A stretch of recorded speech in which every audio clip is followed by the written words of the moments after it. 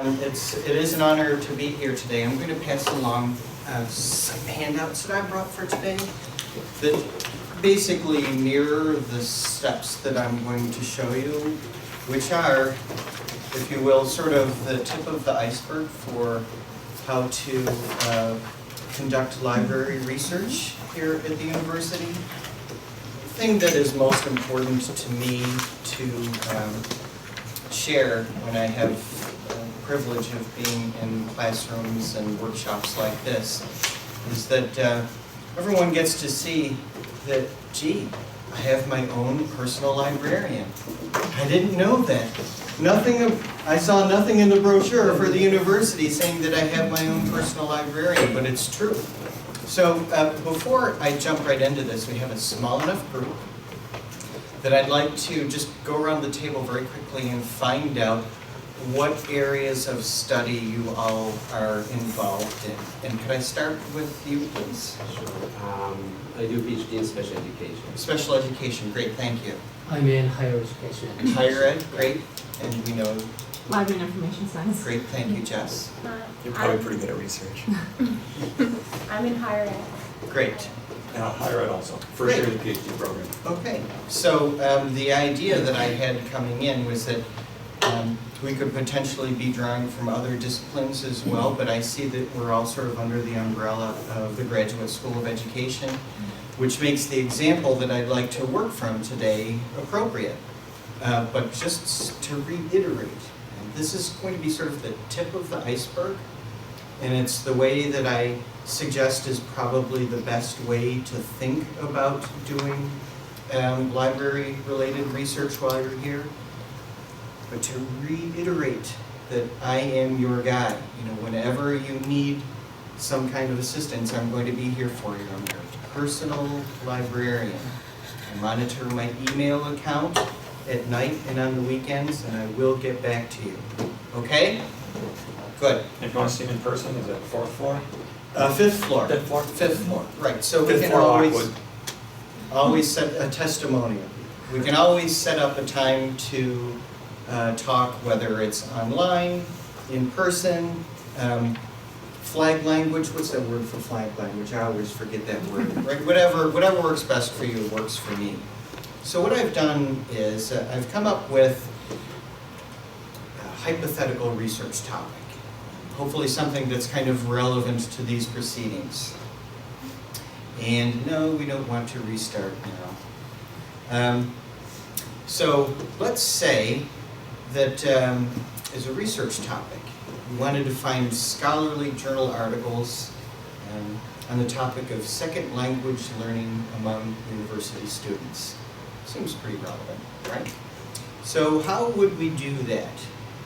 From the library's homepage, which I would suggest to you is probably the best place to begin. I'm a little partial in a manner, but I concur. thank you very much.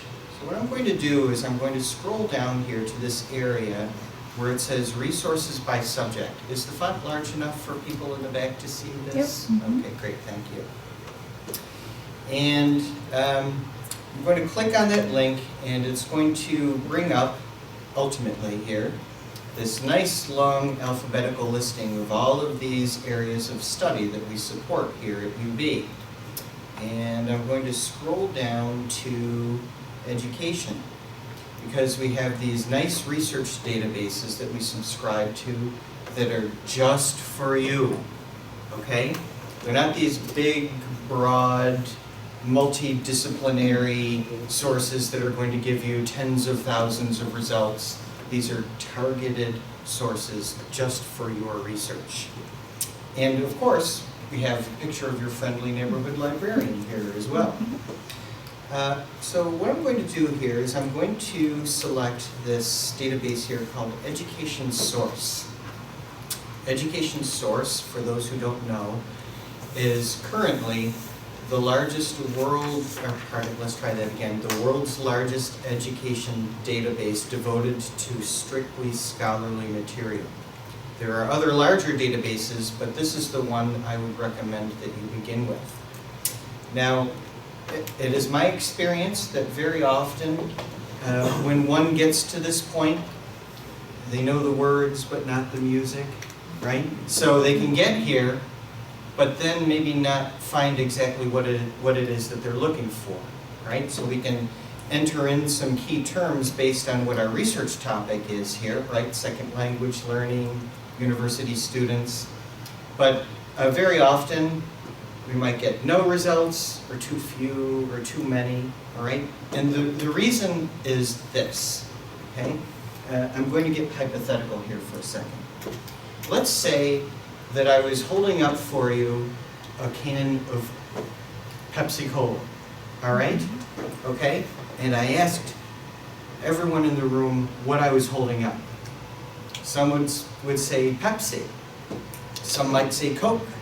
Some would say cola. Some would say soda. Some would say pop. Tonic, all right? Someone might say breakfast, right? But the point that I'm trying to make here is that we have lots of possible ways of referring to these specific comments that we have in mind. And so what we need in order to find the research materials we're looking for is sort of a controlled vocabulary that brings all of those things together. And the way that we find that controlled vocabulary is to start, instead of typing in random keywords, is to start in this area here called the thesaurus, okay? And all of these steps are on the handout that I sent around.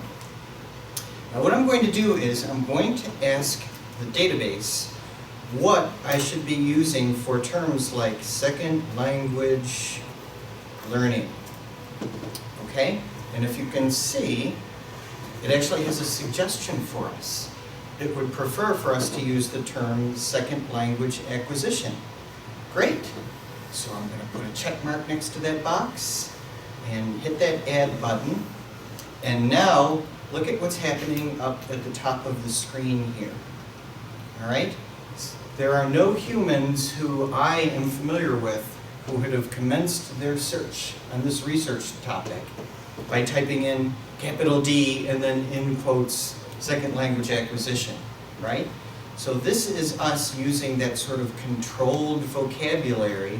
In essence, we are speaking a language that the database understands in order to retrieve the information we're looking for. Okay, so we are halfway there. The next concept that we had in our research topic was university students. Okay, great. So we run our search, and perhaps unsurprisingly, it recommends that we use the term college students instead. Okay, so I'm going to put a check mark in that box, and I'm just about to add it to my search, but before I do, I'm going to call on our library and information science specialist here to tell me how I'm going to connect those two terms. And Thank you very much. So, I'm going to add that to my search, and now look at this nice, sophisticated, beautiful search strategy. I can qualify it that way because I'm a librarian, right? And I'm ready to conduct my search, finally.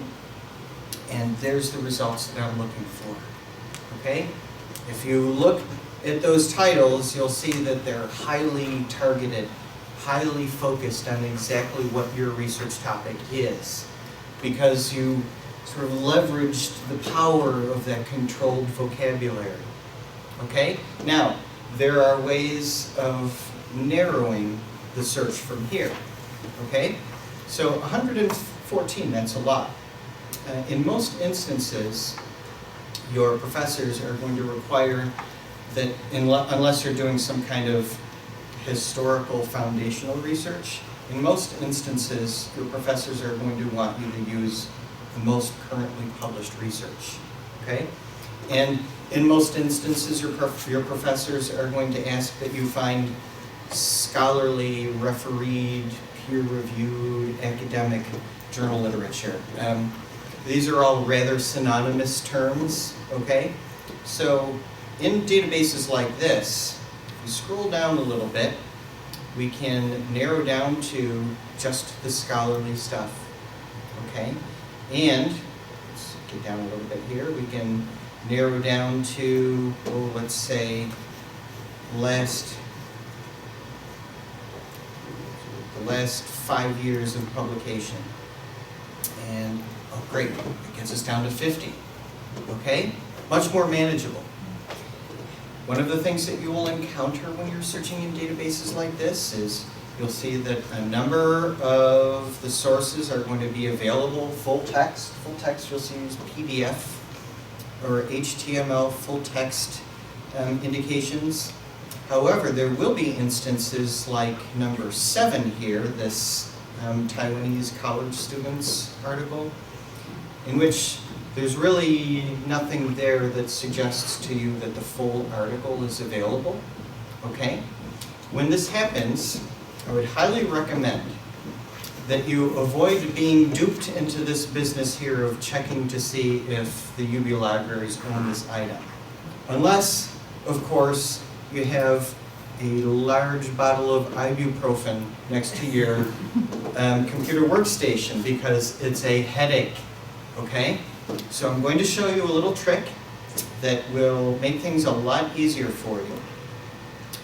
In order to find out whether or not we have this particular article that you're looking for, the key is the name of the journal, okay? I'm going to go back to the library's homepage. What I like to do when I'm doing research is I like to have 2 different tabs open simultaneously. One to the library's homepage, because that's home base for me, and one to the database that I'm working in. And back here on the library's homepage, I'm going to select this tab here for e-journals, paste in the name of that journal that I'm looking for. In essence, what I'm doing is I'm checking to see if that journal is available electronically in any of our other 250 plus databases, okay? And I'll run a search.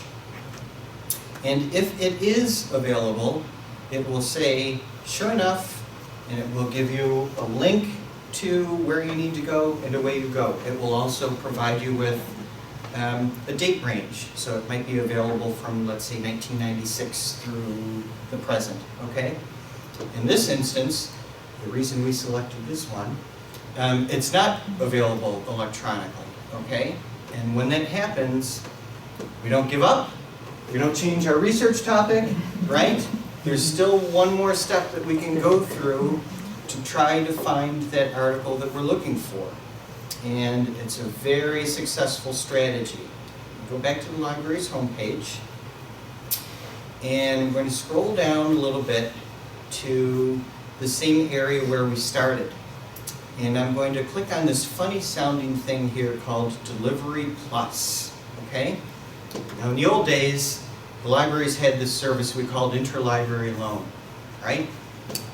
We didn't have something you were looking for, we'd find another library that has it, they'd ship it to us on the Pony Express, 2 months later, you'd have it, right? Well, everything is digital now, okay? So if you use this service, what we'll do is we'll find another library that has that book chapter, journal article that you're looking for.